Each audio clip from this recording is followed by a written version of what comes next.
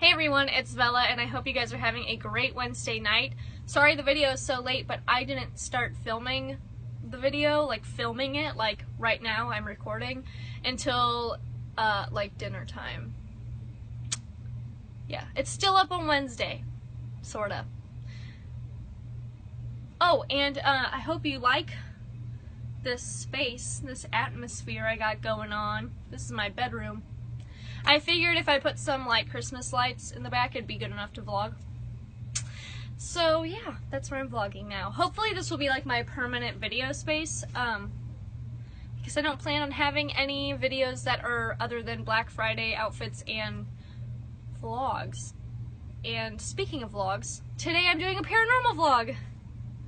So today's paranormal vlog is my scariest paranormal experience ever, and I actually wrote about this on my blog November Legend like a whole year ago. It's a really old post and I'll link it to you, but I'm doing an updated version mainly because I think there was like something else that happened like recently, so I'm doing sort of like a follow-up video as well, like in one. So that's kind of why I'm filming it and not just like re-vlogging it. So let's get started. Some background first on the story is it happened in my boyfriend's house, like at night, obviously, and I sleep over at my boyfriend's house all the time, just to let you know, so it's not weird. And some background on his house: he used to have 7 people living there, and now only him and his parents live there. And 3 of the people that used to live there passed, his grandparents and his brother, and I think this story pertains to his brother the most. That's kind of the vibe I was getting from the experience. So the way his brother passed was by getting in a car accident a few weeks before he graduated high school. It was incredibly traumatic and devastating to his family, and it's still a really sensitive subject, even though it happened a few years back. So that's kind of some background. It's really super sad, and that's sort of, it's honestly like probably the realest paranormal experience I've had, and it makes it like the saddest and scariest experience at the same time. So let's jump right in. Oh, first let me explain the way his house is laid out. So there's like his house, like the living room and stuff, and the kitchen, and then there's a hallway, a tiny bedroom over here that's his mom's sewing room, Chris's bedroom, and then his parents' bedroom. So if I'm laying down in Chris's bed, I can look out his door into his parents' bedroom and barely see inside their bedroom. Like, I can just see their TV and that's it. But when his parents come out and like walk through the hallway, I can like watch them if I'm just like laying down in my spot on the bed, which is right on the edge. So I'm sleeping and I wake up at like 2 or 3-ish, like late at night, and I open my eyes and I see his dad get out of his bedroom and walk down the hallway into where the living room and the kitchen is, and I'm still awake. I'm a super light sleeper, so it's not weird to me that this happened, and I'm just like listening, waiting, and I watch his dad walk back, and there's this big creaky spot in his living room you can hear throughout the house, and I hear his dad walk on this creaky spot, so it's like and then like walk down the hallway, and I hear the jingling of ice because his dad got a water. And I see his dad go back into his bedroom and close the door, and I fall back asleep. So that was the night before this paranormal experience happened. Wake up, 3 in the morning, watch his dad get a glass of water, creaky floor, rattling of ice. Like, it was very real. So the next night, the exact same thing happens. I wake up at 2 or 3 a.m. and I look into his parents' bedroom, and the door is open, and I assume his dad is walking already to get water, and I'm just like, literally lying in bed, like staring into his parents' bedroom. I'm just sitting there, waiting for his dad to come back. I hear like creaking of the floorboards in the living room, like his dad's taking kind of a long time. And I sort of close my eyes and I'm sitting there waiting, and I hear more creaking, and then I get a really bad feeling of dread, like in my chest and stomach, and my immediate reaction is somebody's broken into his house. So I'm like freaking out. I close my eyes and I think of like what I'm gonna do, and like it would be easy just to roll over and wake Chris up, but I'm afraid he would be too loud and he would cause a commotion. And I open my eyes again and I have like a horrible, even worse sense that somebody is standing in the doorway, like, and my eyes aren't even really open because at this point, like, I'm so paranoid that like I'm afraid the burglar's gonna see like a light glare off my eyeballs, and I'm close my eyes and I'm like, oh my god, somebody's standing like right in his doorway, and I like don't see like with my eyes, but I like sense them move over and stand like where the wall is next to the door. And at this point, like, my heart is pounding and I'm like shaking really bad, and it's like not, I seriously think somebody is in his house and is either gonna shoot us or rob us. And Chris has like Xbox and a really fancy TV in his room and like a computer and all this stuff. And then I close my eyes completely, and his cat jumps onto my chest, and I freak out for a few minutes without like making noise, but I like freak out, and I'm like, have this cat on my chest, and I notice Harvey's like being super cuddly, and his cat Harvey does have like bouts of cuddliness, but usually hates cuddling, or he'll like lay at the bottom of your feet and that's enough for him. But I notice he's like super cuddly and all over me, and I'm like, just pet him, like if I pet the cat I'll settle myself down. And so I close my eyes and I pet Harvey, and I notice Harvey gets really stiff. It's like really weird to explain in a cat, because cats, when you pet them and they get comfortable, they kind of like turn into jelly, or they will like knead into your throat and like try and suffocate you with their fur. And this was not happening.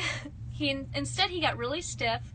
It was kind of just perched on my chest, and I like open my eyes all the way again, and I look up at Harvey, and he's looking over to the side, and he like looks over there and is looking up, and he's just like staring, just like, and I notice and I look up, and this is the weird part, because in this instance when I say see, I don't mean see with my eyeballs, like I'm not like visually seeing, but I'm seeing it. So I guess sensing is a good word. But I look over and I see I'm just gonna say a shadowy figure standing or floating above the desk, and like it's hard to explain because I saw like a very distinct image, but I know I wasn't seeing it like in my eyeballs, like it was like in my mind's eye I was seeing this. So it's like a figure, and his head is like this, because like right here is the ceiling, and he's just like bobbing on the ceiling. So I noticed that and I immediately shut my eyes, because to me it's so real and I'm like freaking out. I don't even think about it being in my mind's eye, but when I remember it now, I know for a fact it is. And so I like feel him there, and I close my eyes and I'm like petting Harvey like furiously and like just like calm down, because this whole time I wasn't expecting this to be a paranormal experience. I was expecting it to be a real experience or me freaking out for no reason. So it completely came out of the blue to see this shadowy figure. And the next thing I notice is Harvey, I feel like his little nose breath on my face, like right here, and I open my eyes like really tinily, and I see him like staring up above my face, but like close to it, and I could just feel like something like leaning over and like looking at me, like seeing what I was, like why I was there. And immediately, like, I just pushed Harvey off and rolled into Chris and was like, wake up, like I can't handle this. And I rolled over him, like I barrel rolled over Chris into the wall and just like bawled for an hour. It was like the worst, like scariest thing I've ever experienced. And I honestly think it's his brother, and I think that because the room that Chris lives in now, I found out used to be Mike's room, and so I just like didn't expect it, and it was horrible, and like afterward I just felt so guilty, and like I just like cried a lot. Yeah, so that happened, and it was really scary. So I guess the follow-up to the story, which I will update you on if it keeps happening, is recently when I stay over at Chris's house, which hasn't been that often recently, but I notice I wake up every morning at like 3-4, like for the past 3 weeks.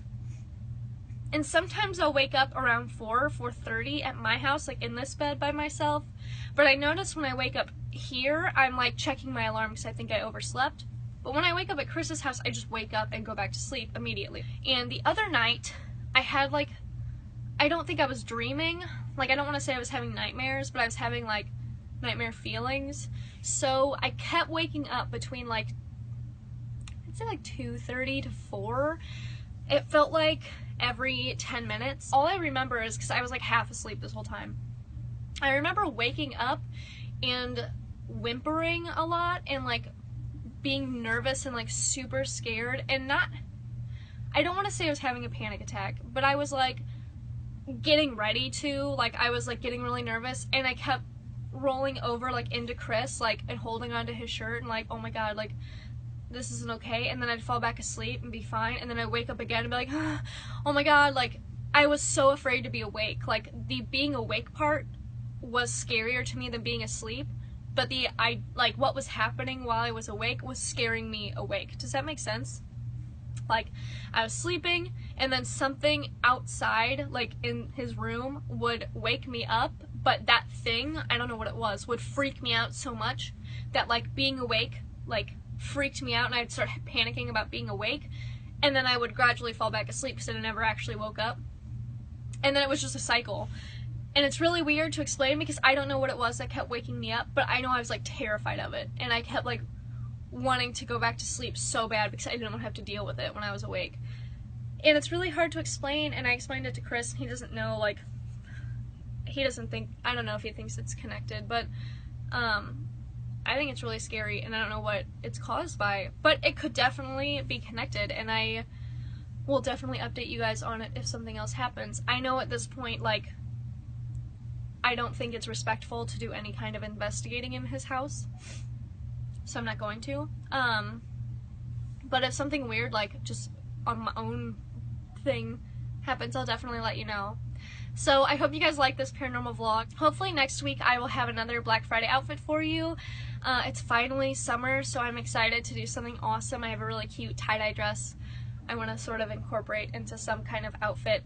Also, head on over to my blog, novemberlegend.com. Sometime this weekend, I'm going to be having a Book of Shadows blog post for you, and I'm going to also be doing a DIY Book of Shadows for you eventually sometime next week. So I'm really excited. I can't wait to see you guys again. Thanks for watching, and hit that button down below to subscribe. See you later. Bye.